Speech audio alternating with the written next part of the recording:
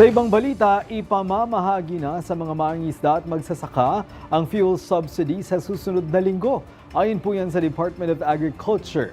Ang detalye hatid sa atin ni Eliza Insigne live. Eliza.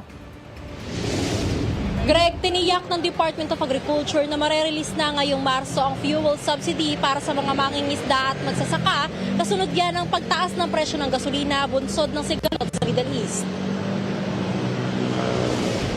Sa susunod na linggo, maaari nang matanggap ng mga mangingisda ang subsidy.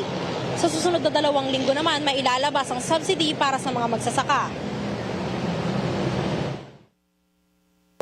Ang advice ng BIFAR, next week they can already start yung release nung sa voucher. And then yung remainder na 95% do sa card, in the next 2 weeks, ma-release nila yung part nun.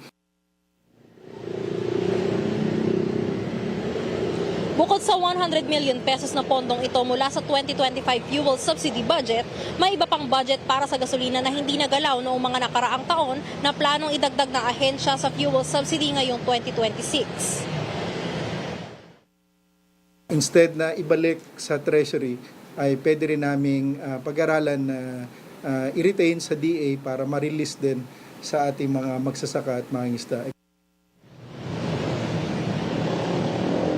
Sa pamamagitan ng card at voucher, matatanggap ng mga mangingisda ang 3,000 pesos na fuel subsidy, habang 5,000 pesos naman ang mga magsasaka. Samantala, wala pang nakikitang paggalaw ang DA sa mga produkto maliban sa galunggong at liempo.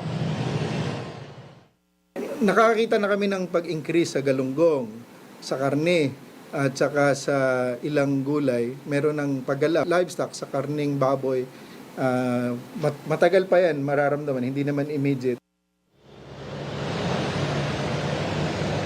Greg, sa ngayon ay tinitingnan din ng DA kung pwede ba silang magbigay ng fertilizer subsidy para sa mga magsasaka na pwede rin kunin doon sa budget na idadagdag nila.